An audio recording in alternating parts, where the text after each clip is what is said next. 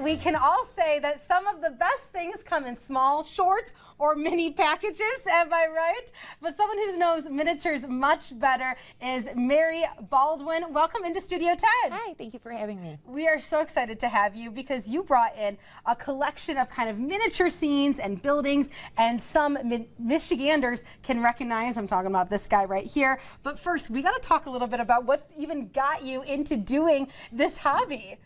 During the pandemic, I found a dollhouse at a thrift store. I decided to make it into an abandoned dollhouse. I shared it on Facebook. I got a lot of attention from it, and someone on Facebook actually contacted me and offered the opportunity to make a miniature bar for him and sell it to him. And so I did it, and I started to realize that people really liked my work. So what are the most challenging parts about putting this together because of all the details, the glue, everything that goes into it?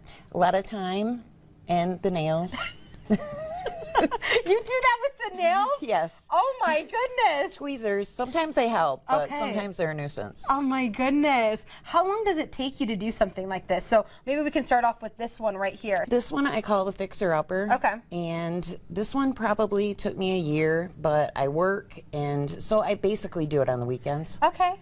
Yeah, so it's like a little hobby, and you kind of have like a room that's like filled with all the miniature stuff. Yeah. Or how does talk me through your process? All my little pieces, just it's messy. Okay. I'll say that much. All my paints are out, and I just work on it when I get free time. Yeah. Is it relaxing? Yes, it is very good for your mental health.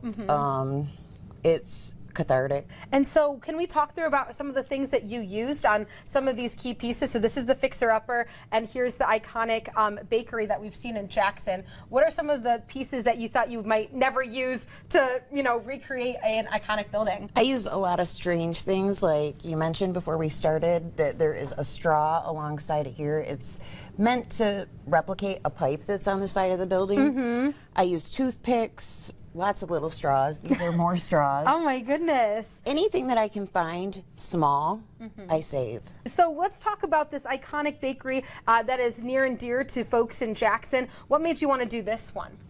When my kids were younger, on Saturdays we called it Donut Day, and I would go and get donuts for them. And also, I think it's one of those things too that I thought it's relatable. It's relatable to other people, and I tried to work really hard to get it to look a lot like Hinckley's. So yeah, and you really nailed it, especially with the folks waiting out in line. You have the donut sign, and I'm assuming that the response from especially the Jackson community has been great when they've seen this, and probably shared a lot of memories of when they've visited. They sure did. It was really strange how it happened too, because I shared it actually in a miniature group. Okay. And it's a huge miniature group, and I think someone in Jackson just happened to see it, and they shared it, and it got shared with more Jackson people.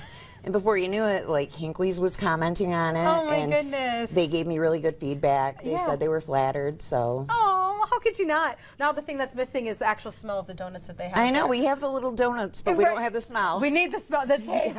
But so cool, and it's just so creative, and I absolutely love that. You mentioned the miniature kind of community that you see on Facebook. Obviously, this is a hobby, this is a craft.